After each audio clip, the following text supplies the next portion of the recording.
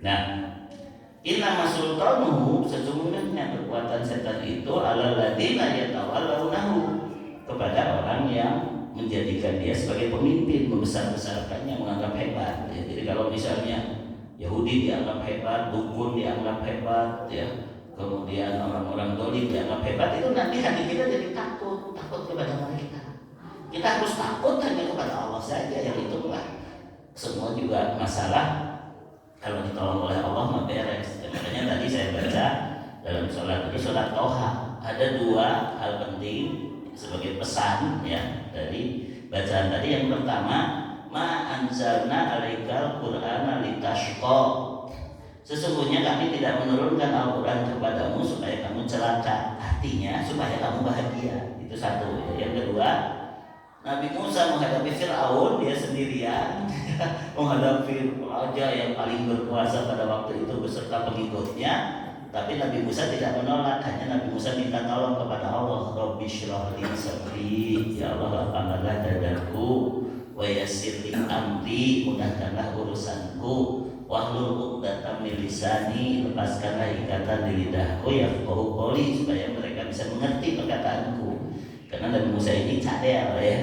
Cadel, ada riwayat bahwa ketika masuk ke istana Fir'aun jengkel karena ada bayi yang selamat.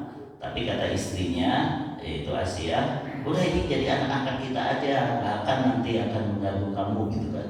Diuji, dites, ini ada pisang, ini ada api, ada bara api gitu. Kalau dia ngambil pisang, saya bunuh, kata Fir'aun. Kemudian oleh Allah melalui malaikat Jibril, Nabi Musa ngambil api, dimasukkan baru dibilangi, jadi akhirnya cadel lidahnya. Itu menurut guru agama saya waktu SD dulu ceritanya gitu, Nabi Musa cadel nanti gitu. Karena dia diselamatkan oleh Allah dari pembunuhan Firaun, karena bayi-bayi laki-laki harus dibunuh semuanya gitu. Tapi walau alam apakah itu sahih atau tidak, tapi ya bisa masuk akal juga gitu. Nah, berarti ini kalau kata Agim, jangan kita terlalu risau terhadap masalah, terhadap manusia, terhadap apapun. Karena masalah itu yang menjadi masalah utama adalah kita ditolong Allah apa enggak. Bukan masalahnya yang jadi masalah, itu semua orang punya masalah. Tapi kita ditolong Allah apa enggak, itu yang penting. Makanya tadi doa tadi harus hafal ya. Saya hafal sejak SD, karena tadi guru agama saya mengajarkan doa ini sambil menceritakan kisahnya ya, kenapa Nabi Musa minta dilepaskan ikatan di lidahnya. Padahal kita juga selalu ada ikatan di lidah kita. Bahasa Sunda nama heurin kuletah ya. Ngomong dia, aduh, misalnya saya di sini ceramah, ternyata ada guru saya di sini, ada hesek ngomongnya gitu. Karena kita akan segan kayak gitu, heurin kuletah. Jadi tetap doa itu kita baca ya. Coba ikuti. Rabbi shrah li sadri wa yassir li amri wahlul 'uqdatam min lisani yafqahu qawli.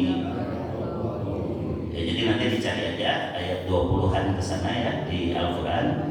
Karena ada juga, karena kita hanya dedengean, jadi macana kadang-kadang tidak tepat ya.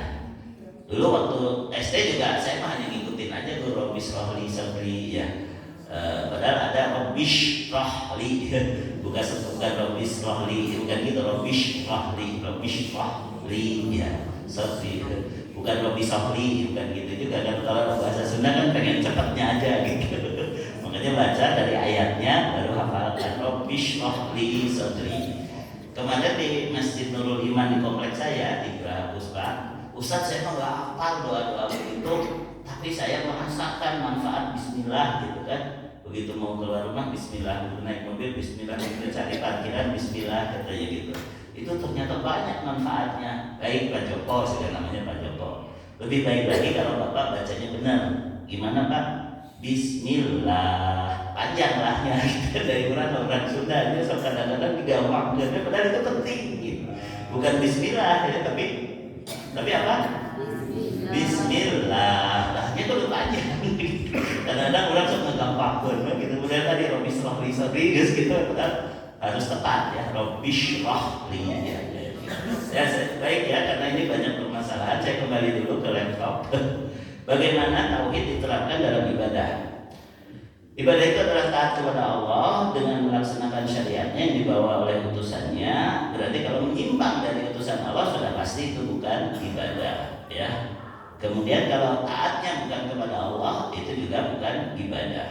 Yang kedua, ibadah adalah merendahkan diri kepada Allah, yaitu tingkatan tunduk yang paling tinggi disertai dengan rasa mahabbah atau cinta yang paling tinggi. Al-ibadatu hiya kamalul hubbi ma'a kamalul dzulli lillahi ta'ala. Sempurnanya rasa cinta setinggi-tingginya hanya untuk Allah. Demikian pula merasa rendah, merasa kecil serendah-rendahnya itu hanya di hadapan Allah, tidak kepada yang lain. Nah, itulah ibadah ya. Yang ketiga, definisi ibadah adalah al-ibadatu hiya ismun jami'un likulli ma yuhibbullahu wa yardahu minal aqwali wal af'ali adh-dhahirati wal batinah.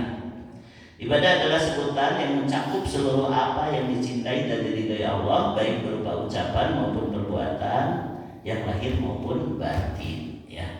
Jadi segala yang kita lakukan bisa jadi ibadah ya. Kan saya sering ngasih contoh di sini. Minum itu asalnya mubah, tapi jadi ibadah kalau kita minumnya dengan tangan kanan dan baca bismillah. Ini hanya nyontohin aja ya. Bismillah. Jadi Ustaz mau pengen minum juga, tinggal masuk dengan ceramah kan gitu. Dicontoh, Pak, harus dengan tangan kanan, harus baca bismillah. Nanti makan-makan di teras jangan lupa. Kalau ada yang tangan kiri kasih tahu, pindahkan tangan kanan supaya terhapus dosanya. Ya, jadi kadang-kadang terus ngaji tahunan, hal yang sekecil itu pun sudah lupa, betul tidak? Makanya yang cerita mengingatkan. Ustaz gimana kalau di rapatnya? Di rapat masuk sukan, kalau di pengajian mah masih mau ya ingetin. Tapi pas rapat ayo tangan kiri kamu muslim ya, pindah tangan kanan dong gitu. Padahal sejak kecil kita diajari orang tua kita hanya bahasanya salah. Pakai tangan yang baik, pakai tangan yang baik, dua tangan sih baik gitu. Hanya tangan kanan gunakan untuk hal-hal yang positif gitu kan. Untuk hal-hal yang baik, tangan kiri untuk komen, untuk sikat gigi itu boleh tangan kiri ya. Untuk hal-hal yang sifatnya bersih kayak gitu ya. Nah itu ada sunnahnya ya. Kemudian pimpok boleh, tangan kiri boleh ya Pak Syarif ya. Saya mah dua tangan bisa, ada kiri kanan. Jadi nulis boleh ya, tangan kiri ya. Kalau makan walaupun kidal pindahkan ke tangan kanan, jangan alasan kidal ya. Kalau makan tetap tangan kanan ya, karena orang yang tidak kidal pun kadang-kadang sok kensa. Nah itu kan berarti tidak bisa orang yang beralasan kidal makanya dengan tangan kiri. Bisa ngerti nggak? Ini kebanyakan kan tidak kita, tapi kumah setan besok kadang-kadang sok gitu, gitu kan? Tahu ya bala-bala ya cengeng, nah kan kumah acara ini jikun, itu kan kudu mikir orang, harus mikir, jikun, gitu. Tapi nak gitu. Karena ini penting, taat kepada Rasul ini penting, niat dulu kan, niat dulu. Ya baik, jadi ada satu hal yang sampai ke saya, tapi mohon maaf ya. Ini sekedar pembanding aja, nanti tetap aja amanahnya silahkan bapak-bapak dan ibu-ibu ya. Di masjid kami di Nurul Iman Geraha Puspa setiap Sabtu dan Ahad itu ada sarapan bersama sambil kajian ya. Saya karena Ahad itu di luar biasanya ikutan yang Sabtu, itu pun yang ngisi Ustadz Gun namanya. Saya ngisinya di sana Jumat dan Senin subuh ya. Selasa di Masjid Al-Muhajirin kan gitu.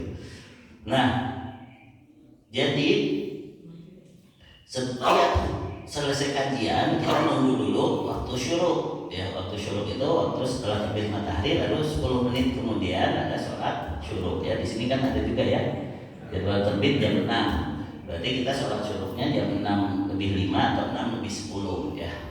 Kemudian ada beberapa yang mengatakan itu sholat syuruk itu hadisnya sahih apa tidak, kan begitu ya, pernah dibahas ya.